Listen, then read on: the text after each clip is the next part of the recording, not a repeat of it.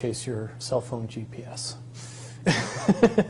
Okay, absolutely. All right, so, but to get back to Area 51, and I understand that at this point you would be violating a security oath to talk about it, right? Let me put it in terms that it's easier for me to say and not have to go into the details of how I know, but just that I know. I'll present it to everybody very simply. What could be so important at Area 51 that would require the level of secrecy that is in existence around that facility? Well, certainly if I said that we kept the U.S. space fleet there, and that space fleet was what we would understand to be UFOs, even though the technology is easy to describe and easy to talk about and easy to educate people on, you need a lot of background in the evolution of the science that makes those things possible to be able to accept that the U.S. has dozens, if not hundreds, of vehicles that are more than capable of space flight, and make it so we would have a fleet of vehicles that would be seemingly extraterrestrial. And the reason that that has to be kept that way is because if you know that those vehicles exist, you start to question the technology that they're based on. And when you start to do that, then you start to question why we're still using petroleum products and solid rocket boosters and everything else, and things get quickly out of hand after that.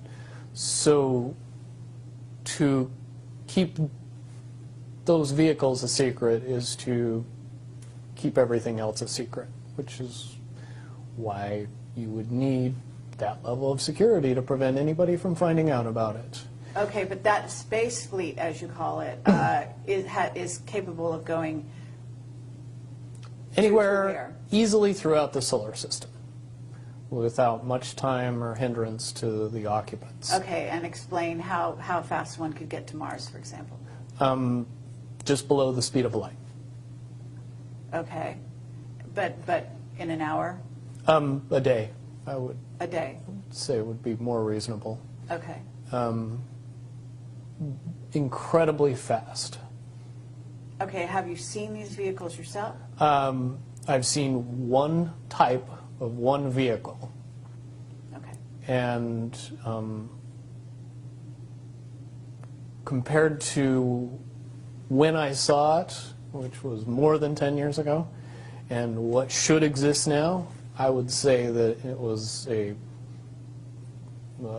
tinker toy bucket of parts compared to what we should have in existence now, based on the evolution of the technology that I know.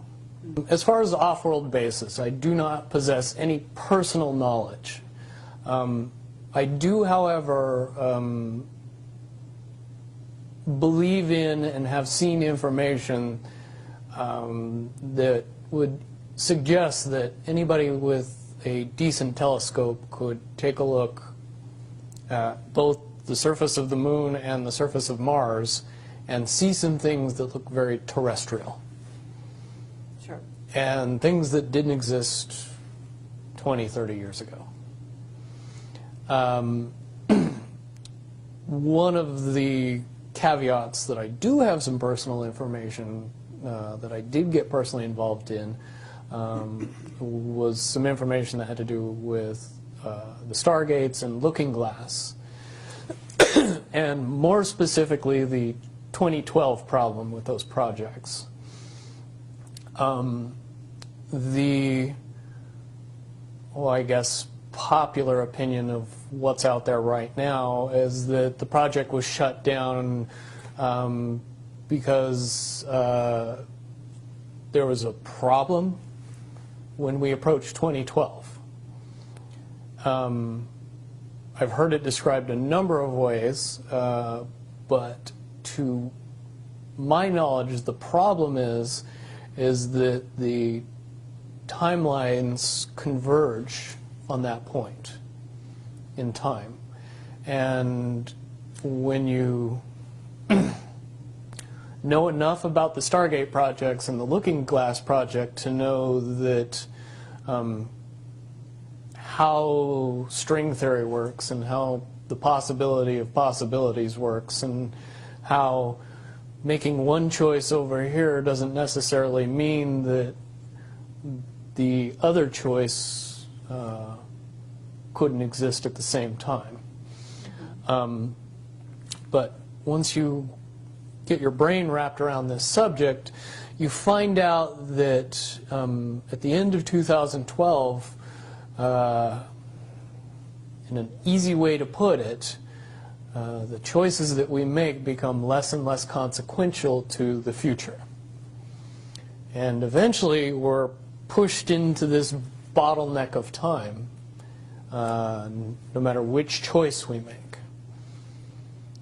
And that's important to the people that had access to Looking Glass because they would use